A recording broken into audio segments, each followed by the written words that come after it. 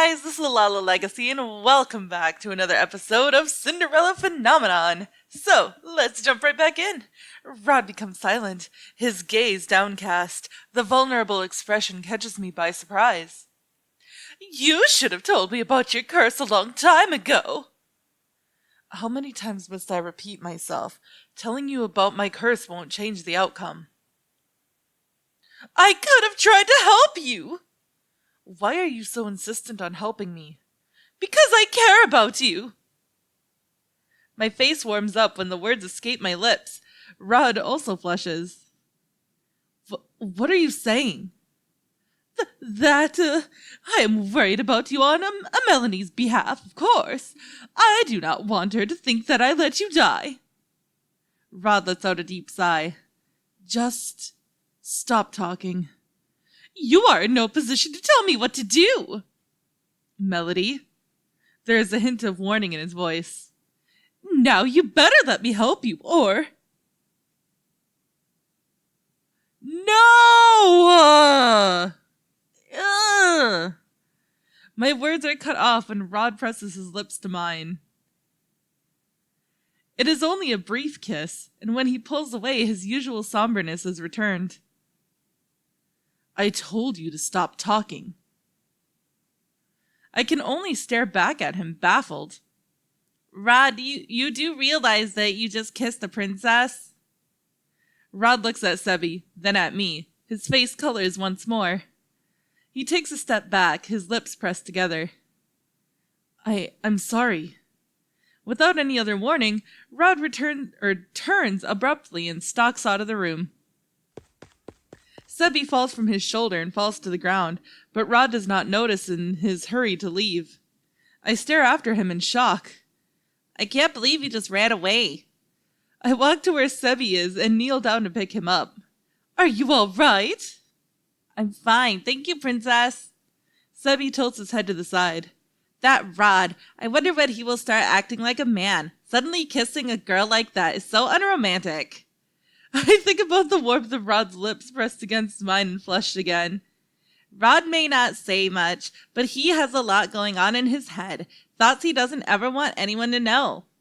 I don't want to speak on his behalf, but I know he really does care about you, princess.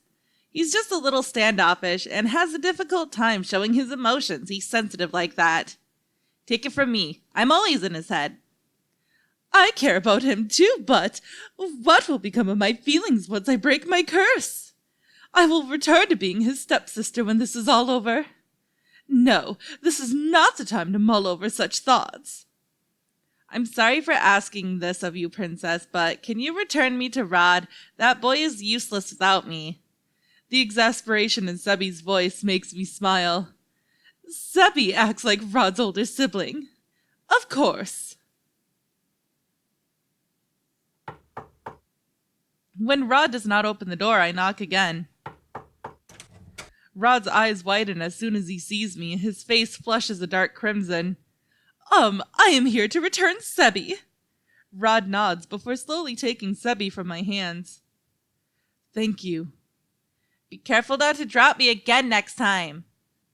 There is a hint of a smile on Rod's face as he taps Sebi's face. Sorry. He looks so much more at ease when he smiles. Rod faces me again with an apologetic expression.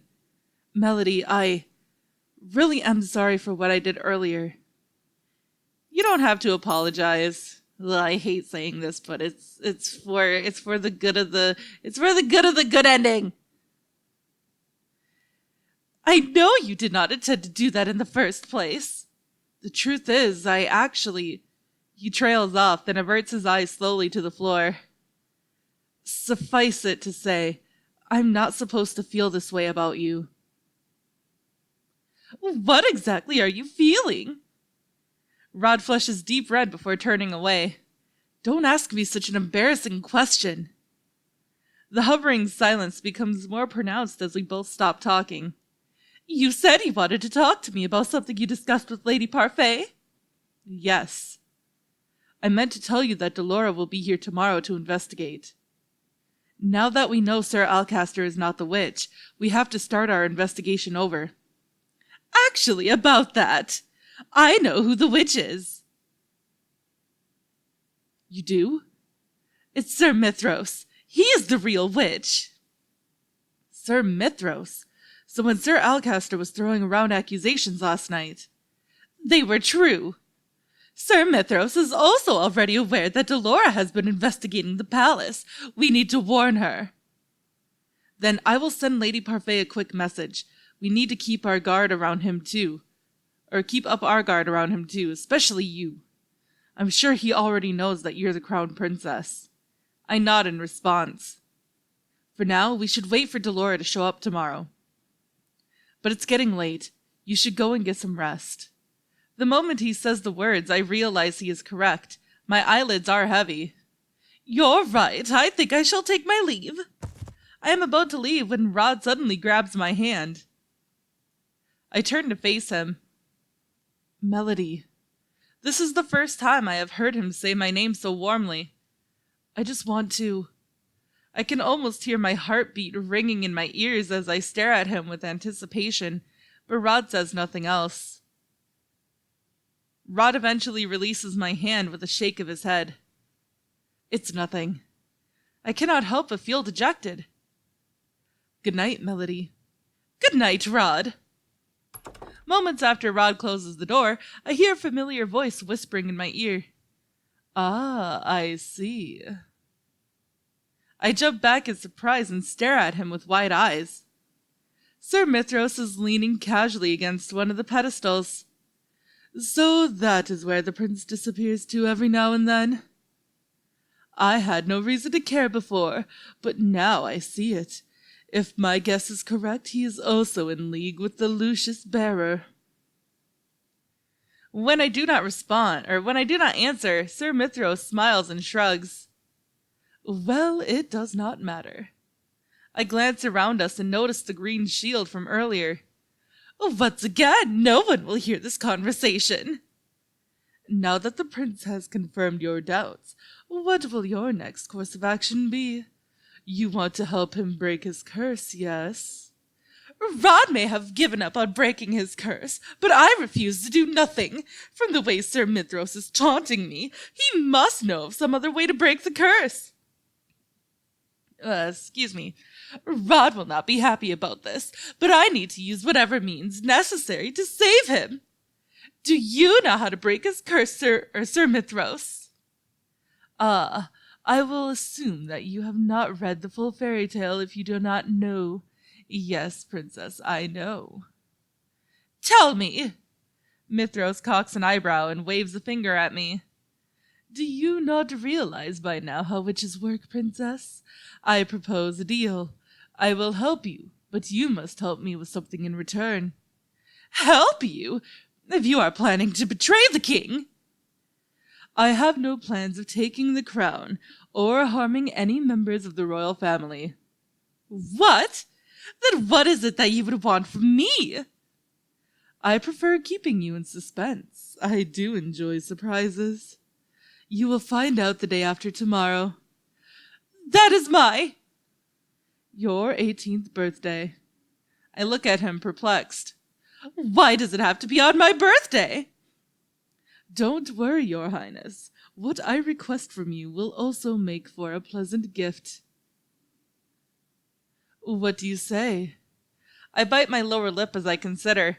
I'm worried about Sir Mithros' request, but I no longer have time. Viorica's marriage is tomorrow, and Sir Mithros has the upper hand. I understand. Good. Now, remember, dear Melody, witches are bound to their oaths.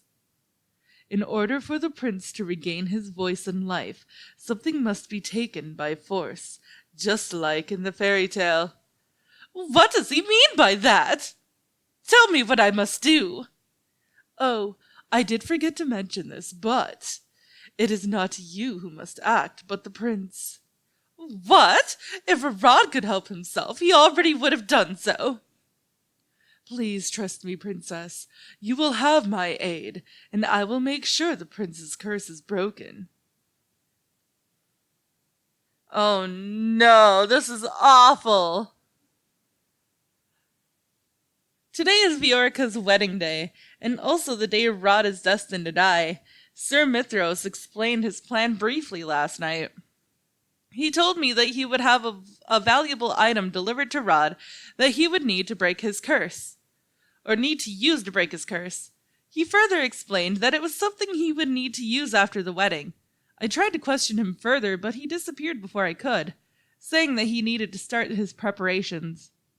I do not completely trust him, but I am running out of time and have no choice right now. The royal family has left the palace to attend Viorica's wedding. It is unusual for the king to attend another noble's wedding, but Viorica is an exception, given that she is one of Rod's and Melanie's best friends. Despite Sir Mithros' reassurance, I am still restless. Sir Mithros told me that everything would be all right, that Rod would not instantly die the moment Viorica got married. But why must his involvement be reserved for a time after the wedding? Why does he not act now? Someone looks like they're in a bad mood. As my boyfriend is like, ugh, I forgot to mute my chat. Dolores suddenly stands before me, smirking. Her appearance shocks me so badly I nearly drop the dishes in my hands. What impeccable timing! We've heard from the prince about Mithros. No wonder I was iffy about the man. I should have realized he was the witch. Do you know him? Yes, I do. Delora walks closer and places both of her hands on my shoulders. Listen to me, princess. I am warning you. Stay away from Mithros. Do you understand? That man is a sly devil. He cannot be trusted. I take a deep breath to still my rapidly beating heart. I hope I will not regret asking for his help. Princess, I need you to promise me that you will stay away from Mithros. Yes, of course. Good. For the time being, I will resume my investigation. If I'm lucky, I'll find out what Mithros hopes to accomplish. Actually, he is not in the palace right now. He went with the royal family to attend a wedding. A wedding, huh? How unusual. I could only assume he must be there at the wedding to help Rod. Well then, better make use of his absence while I can. I'll see you later, princess. When I am left to my own thoughts, my mind returns to the issue of Rod's curse. Sir Mithros mentioned a similarity with the fairy tale, which means I may have the chance of finding out more. I decide to go to the library when I have the time to pick up the book. I am now on my way back to my quarters with the book in hand when I see Rod walking toward me from the other side. His eyes are fixed on the floor, so he does not notice me as I approach. Rod? He is still alive! Does that mean Sir Mithros has succeeded? Oh, it's just you. Rod's voice still comes from Sebi. The realization instills a deep fear inside of me. He is still cursed! How much time does he have left? Much to my surprise, Rod actually smiles at me. The smile is forced, however, and does not reach his eyes.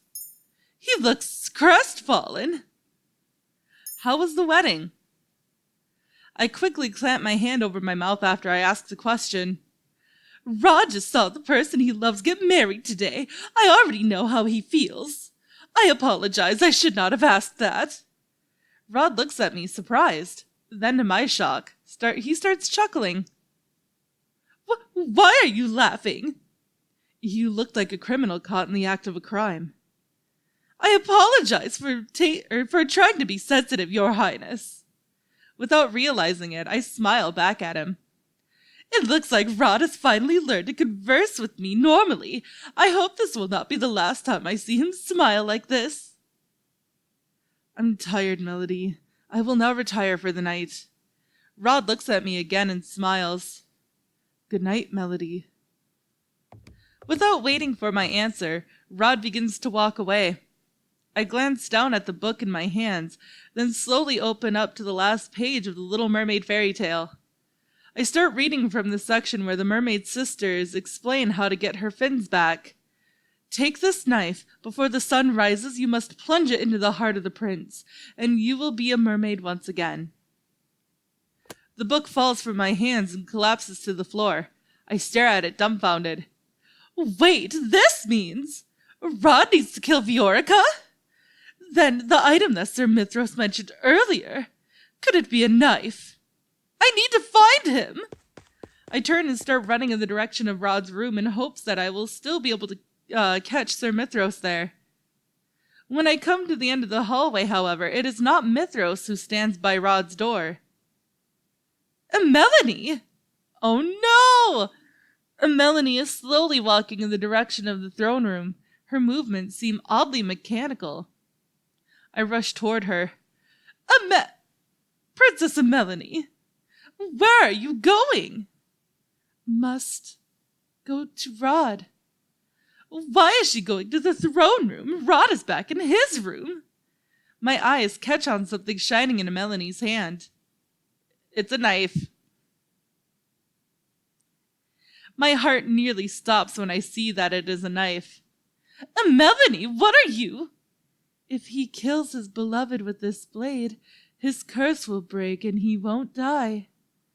It's as if she is in a trance. Is this Sir Mithros' doing? Is she under one of his spells?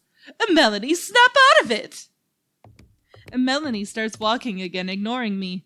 When I try to approach her again, thinking to steal away the knife, a shadow suddenly comes to stand between us. Varge looms in front of me, smirking. Where did you come from? Let me through, Varge. No can do, princess. Don't you want to save the prince? I look at Melanie, who has not even turned to glance at us. I glare at Varge, who is still standing in my way, grinning. Step aside, Varge. Ah, feisty. You are a far more interesting than your stepsister. I try to sidestep, but Varge follows my motions. I try again and again, but he just thwarts my progress. He holds his hands up in the air, eyebrows raised. Tell me, what would you do if I did let you go? Would you stop him from killing the girl? Rod would never kill her. He would never do anything to harm the person he loves. He refused to do it, and he has no reason to do it now. Varge is silent for a few moments as he considers. Interesting. He steps aside and bows. Go ahead, then. You are letting me go? I would like to see this play end as it may, without any strings attached. Yikes! Chapter 10, The Mermaid's Voice. Oh, we are finally in the ending of this. I stop in my tracks when I see Sir Mithros standing just in front of the main door to the throne room. He looks at me expectantly as I approach. Sir Mithros! Good evening, your highness. Such a lovely night tonight, isn't it? Only half an hour left before you will turn 18. Do not forget our deal, princess. Come midnight, I will be requesting your aid in exchange for helping the prince break his curse. I clench my hands into tight fists. Helping the prince break his curse! Rod killing someone is not what I wanted! Sir Mithros puts a finger to his lips. You wouldn't want to attract the attention of the knights, would you? There would be quite a bit of explaining to do then. I glare at him, then take a deep breath and lower my voice. You did not tell me that breaking Rod's curse meant killing someone. Oh, but I am only honoring my end of the deal. Perhaps you should have done your research before agreeing. The grin on his lips never wavers, but I can see the amusement in his eyes. I've relied entirely on the story Melanie told me, and that was my biggest mistake. I should have read the full fairy tale.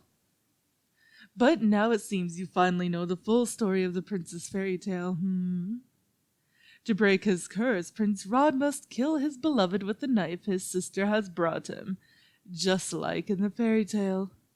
Sir Mithros continues to smile at me. I realize that he is speaking slow, like one might speak to a child. So condescending! No. Wait! I start to realize that Sir Mithras is purposefully drawing out the conversation to stall me. I need to go! Mithras does not stop me when I slide past him to open the doors to the throne room. The first thing I see when I enter the throne room is Rod. He is standing in the middle of the area with a Melanie in his arms. Is she all right? But that is all the time that I have for this episode, guys. So, if you liked it, please give it a big thumbs up down below. And if you haven't already, subscribe. By subscribing, you're becoming part of a legacy. I love you guys so much, and I will see you in the next video. Bye-bye!